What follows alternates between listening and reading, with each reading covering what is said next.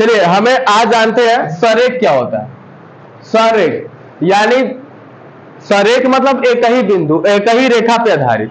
मतलब कि कह रहा है कि यहाँ पे 3 बिंदु दिया हुआ है, 2, 3, 4, 0, 6 और -3।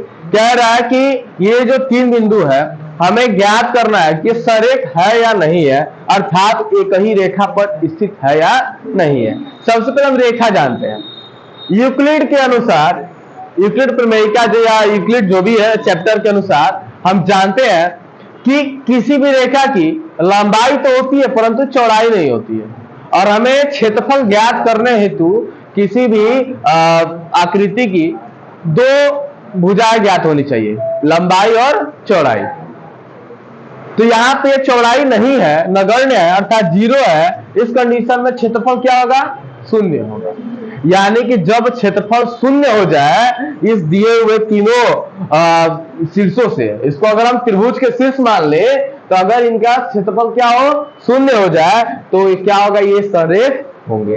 तो सबसे पहले हम क्या क्षेत्रफल त्रिभुज का क्षेत्रफल का सूत्र जानते हैं, क्या होता है? तो क्या होता है? 1/2, फिर क्या होगा? x1 कितना है? 2, y2 कितना है? 0 और y3 कितना है? -3। माइनस ऑलरेडी रहता है, चूंकि -3 है तो क्या हो जाएगा? +3 और x2 x2 कितना है? 4, y3 कितना है?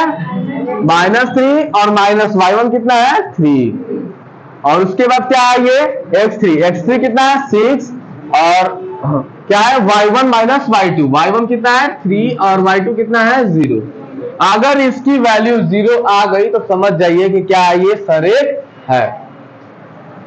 1/2 ये 3 और 0 कितना होगा? 3, 3 दूनी 6, -3 -6 और -6 में 4 का गुणा करेंगे तो -24 और ये कितना होगा?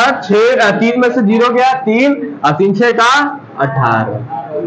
ये हो जाएगा 1/2 और ये होगा 18 6 24 और -24 अर्थात क्या होगा? 1/2 गुणे 0 यानी कि 0।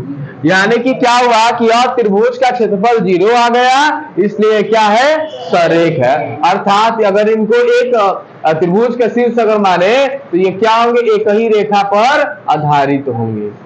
क्या होंगे? एक ही रेखा पर आधारित होंगे, इसलिए इनके कोई क्षेत्रफल नहीं निकलेगा, इससे क्या होंगे? सरेख होंगे।